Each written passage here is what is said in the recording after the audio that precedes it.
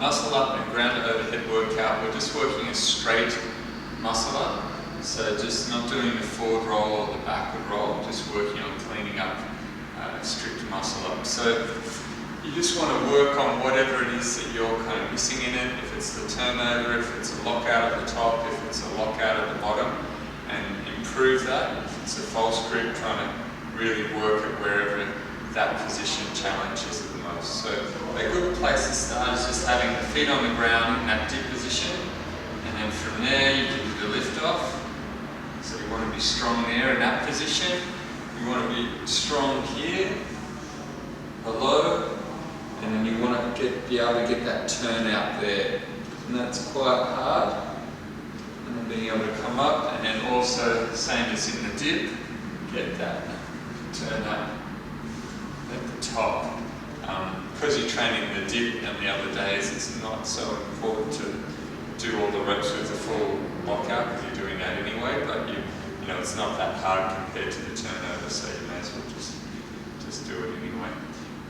But some key points to think of with the grip is to make sure that you're really gripping tight in that dip position. A lot of people tend to overload here when they do the muscle up, rather than squeezing the grip more and getting it kind of there. So they tend to get this big kind of bruise here on the inside there. I find, you can do it that way, but it's just kind of, putting pressure in there and it hurts. So it's better off to develop the grip strength so you can do it in a nicer, more friendly way to yourself, even though it's much harder on the forearms. So you just want to have that nice position, be able to come down, control, stay there, come down, control there, pull up, control, turn up.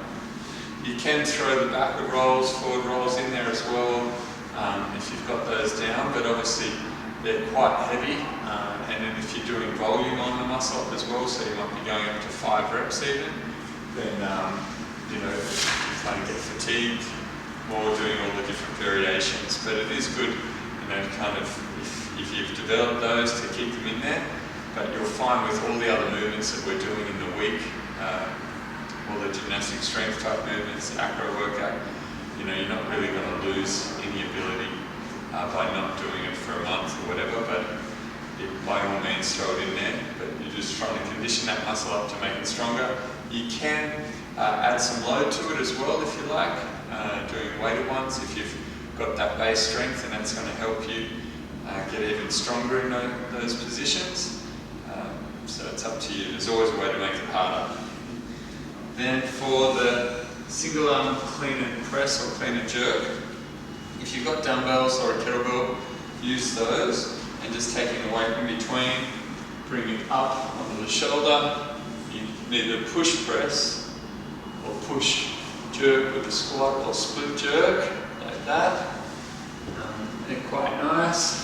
Really trying to use the hips, drive it up, get that full lockout with the elbow. If you're just working with the bands, you can get quite a decent workout using this. Obviously it's not going to directly correlate to being able to lift huge amounts of weight, but it is going to help you align the tissues and develop your body. So you can do one side, coming under the clean part of it's a little bit, it's not that good because you're coming down, there's not really much loading there. But once you're kind of doing an overhead press position, there's kind of a decent amount of loading and you have to work that alignment. So from here, if I come down, that squat, press it up, lock out, really try and feel that nice one-arm alignment, come down, or you could do it as a jerk as well, where you press yourself under. So you're here, dip, drive, press under, and stand up.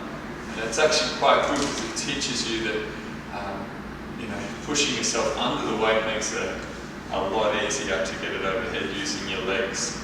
But those will help with the alignment. You can do it with both feet or one feet, like that. It's just going to come across the face a little bit there. So I like it on just on the outside leg, but whatever works for you. But they're both highly skilled movements. That's why when we train them, we do 30 seconds of work for the muscle up, 30 seconds of full rest, just breathing, relaxing, and then 30 seconds of work for the ground to overhead, 30-second full rest, and then working 4 sets of those. But 3 to 5 sets is good. It's going to get a good conditioning response. But always, prep the tissues, warm up before you go too heavy with either of those, and make sure that you feel primed and you feel that you get a nice alignment. Film yourself to check your technique out.